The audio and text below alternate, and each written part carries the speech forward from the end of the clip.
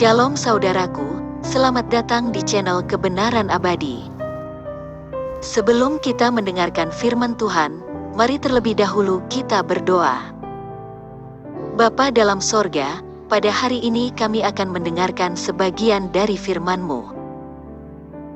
Berkati kami Tuhan, kuasai kami dengan Roh Kudus-Mu, sehingga firman-Mu ini boleh kami pahami dan mengerti, dan ajarlah kami untuk melakukannya dalam setiap kehidupan kami.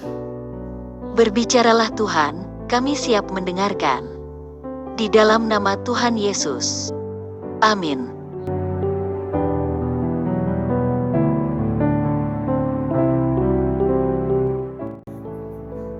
Yakobus pasal 3. Dosa karena lidah. Saudara-saudaraku, janganlah banyak orang di antara kamu mau menjadi guru, sebab kita tahu bahwa sebagai guru kita akan dihakimi menurut ukuran yang lebih berat. Sebab kita semua bersalah dalam banyak hal. Barang siapa tidak bersalah dalam perkataannya, ia adalah orang sempurna yang dapat juga mengendalikan seluruh tubuhnya. Kita mengenakan kekang pada mulut kuda, sehingga ia menuruti kehendak kita. Dengan jalan demikian, kita dapat juga mengendalikan seluruh tubuhnya. Dan lihat saja kapal-kapal, walaupun amat besar dan digerakkan oleh angin keras, namun dapat dikendalikan oleh kemudi yang amat kecil menurut kehendak jurumudi. Demikian juga lidah, walaupun suatu anggota kecil dari tubuh, namun dapat memegahkan perkara-perkara yang besar. Lihatlah, betapapun kecilnya api, ia dapat membakar hutan yang besar. Lidah pun adalah api, ia merupakan suatu dunia kejahatan dan mengambil tempat di antara anggota-anggota tubuh kita sebagai sesuatu yang dapat menodai seluruh tubuh dan menyalakan roda kehidupan kita, sedang ia sendiri dinyalakan oleh api neraka. Semua jenis binatang liar, burung-burung, serta binatang-binatang menjalar dan binatang-binatang laut dapat dijinakkan dan telah dijinakkan oleh sifat manusia. Tetapi tidak seorang pun yang berkuasa menjinakkan lidah. Ia adalah sesuatu yang buas, yang tak terkuasai dan penuh racun yang mematikan.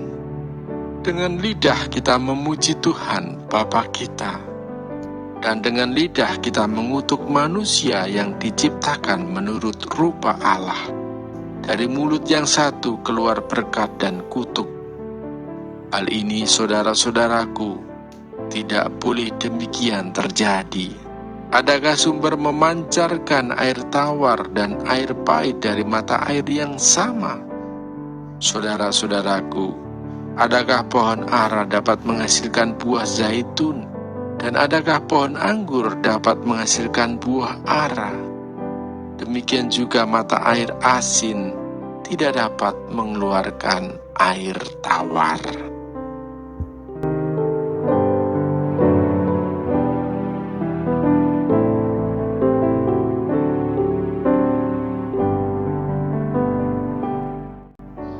Renungan kita hari ini berjudul Hati-hati menggunakan lidah.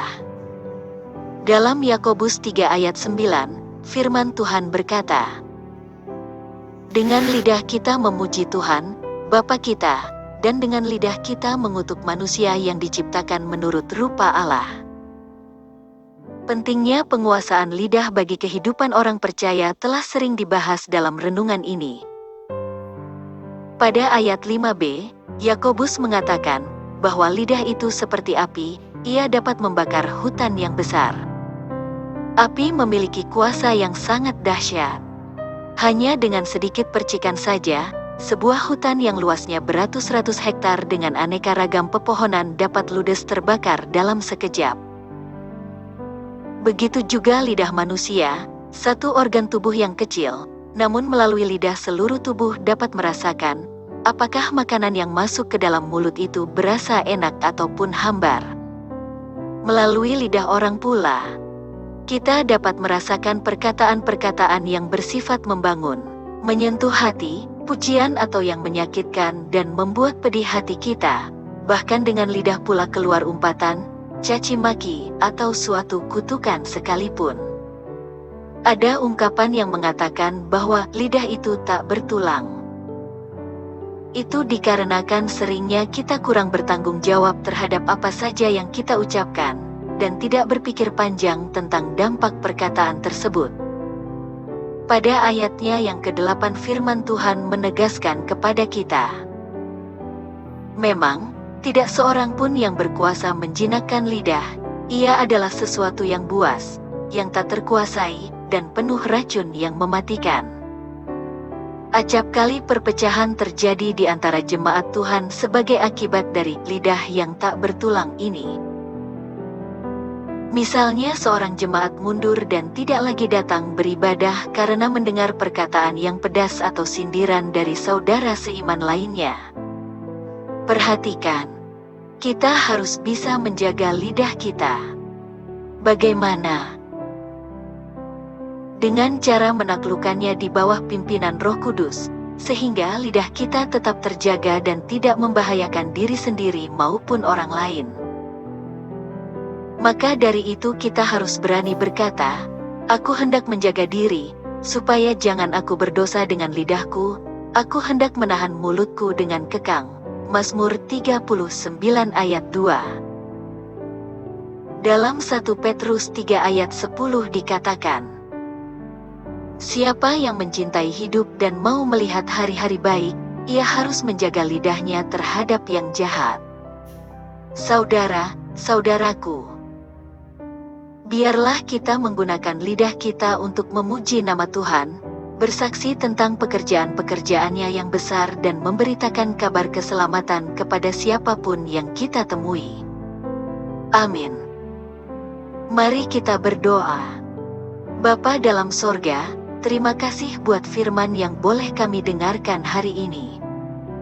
Ajar kami Tuhan untuk selalu menguasai lidah kami. Dan ajar kami untuk menggunakan lidah kami hanya untuk memuji dan memuliakan nama Tuhan. Mampukan kami Tuhan untuk kami dapat melakukan firman-Mu ini. Terima kasih Tuhan, di dalam nama Tuhan Yesus. Amin. Tuhan Yesus memberkati.